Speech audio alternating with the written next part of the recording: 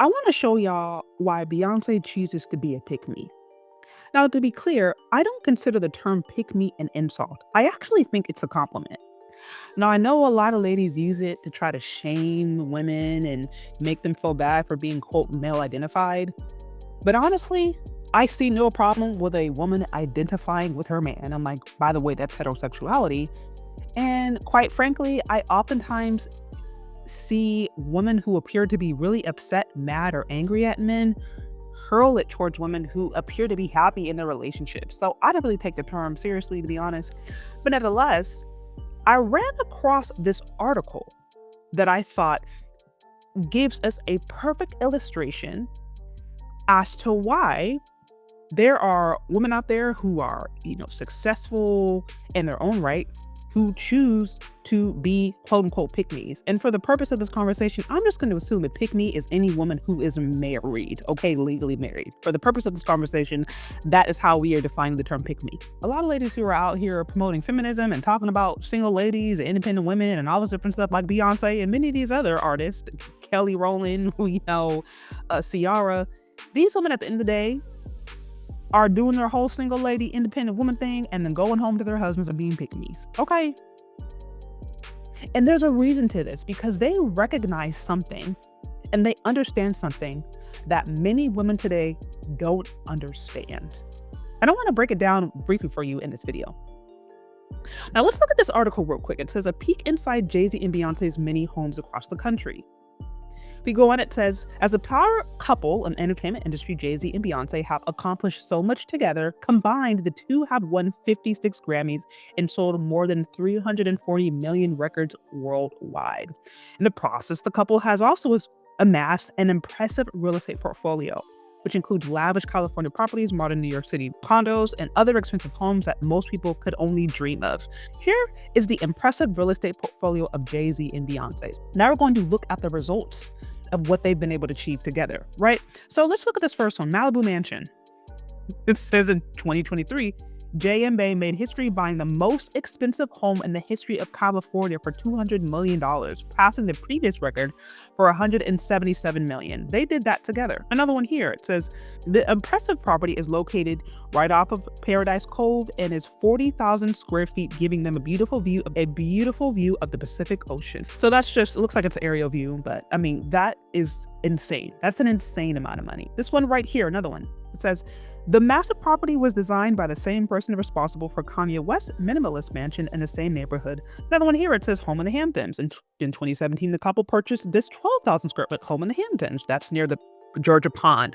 Okay, another one here, it says, the couple paid $26 million for this 17-acre meadow, which feels like light work compared to their Malibu mansion. And we see this beautiful photo of their home in the Hamptons. Right here, it says King and Queen of Bel-Air. It says that Jay-Z and Beyonce became the real King and Queen of Bel-Air when they bought this 30,000 square foot mansion for $88 million in the summer of 2017.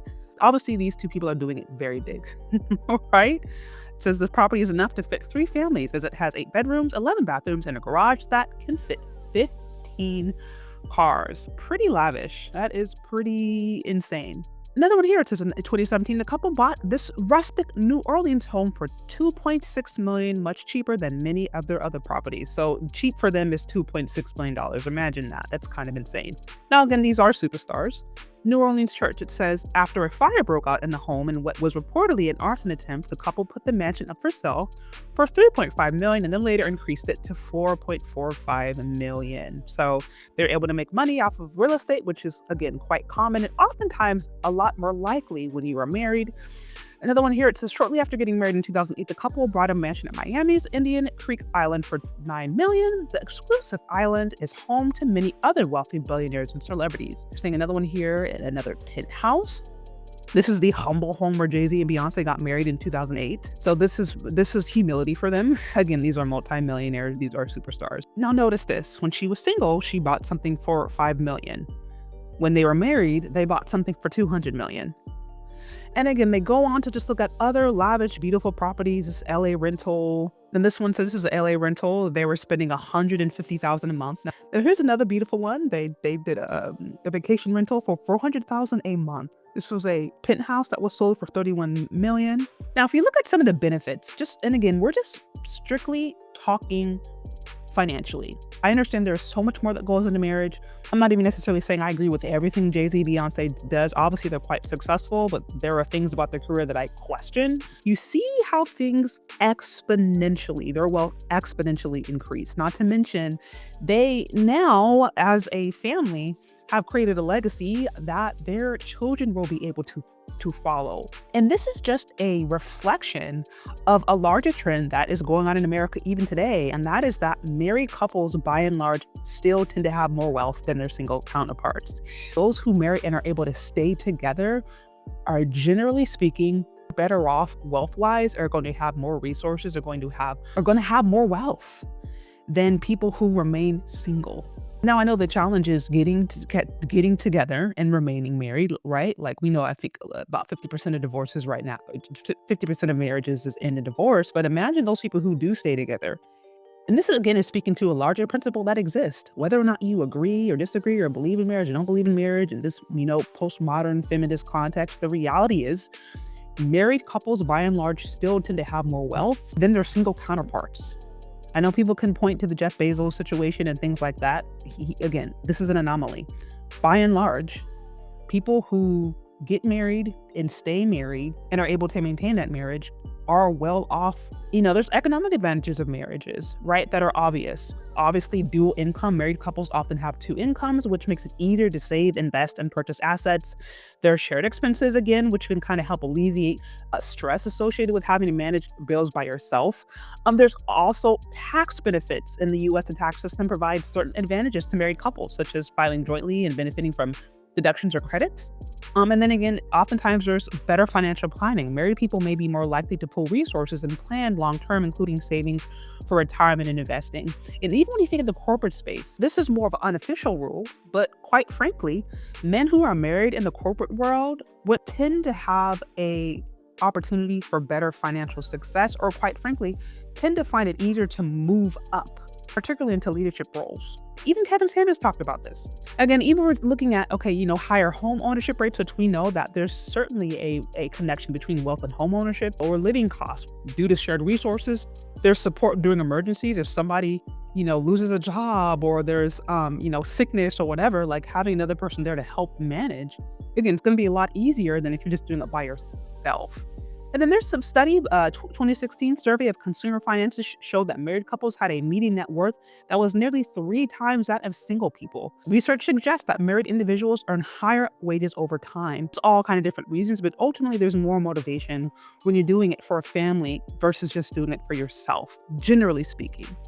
Now, we do know that widowhood and divorce, they can significantly reduce wealth, but those who are able to stay together often have some of the best financial benefits. Obviously, just because somebody is married doesn't mean that they're wealthy or rich, but marriage as an institution is associated with a range of financial benefits. This is why to date, wealth, even in America, is often found more with married couples, even in the Black community. And this is exactly why, in my opinion, you have these celebrities out there who promote an independent lifestyle, who sell songs celebrating independent women, single mothers or whatever, who at the end of the day will go home and choose to be a quote unquote pick me, choose to be married, choose to share their life with a man. Although they don't have necessarily the financial necessity to do so, they see it as a better overall investment.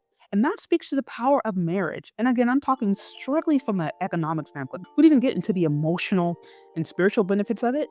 But I'm just saying, this is why when I see people call me a pick-me, I consider it a compliment, because I know at the end of the day, pick-me's are the ones oftentimes who are really winning. I know we are often shamed, right? We are often judged. But when you look at the numbers and when you look at what ladies oftentimes value, which is money in the bag and success, the best option and the best way for women getting the money in the bag and success is actually through marriage. And so I don't encourage a person to get married just for money, because that is oftentimes headed to divorce, and that's just not a good reason. But I'm just saying, it's like, we have to really start to rethink the things that we devalue and the things that we like to scoff at. Because the wealthy, there's a reason that they're wealthy. And there's a reason that these celebrities out here are choosing to be pick-me's. It's because they understand what a lot of these single ladies out here, or a lot of these other women out here, just don't get. But anyways, that's what I think. That's what I got. What y'all think? Do you agree? Do you disagree? Let me know. Leave your questions, comments, concerns in the comment section below. Thank you so much for listening if you've gotten this far, and we'll talk later. Bye.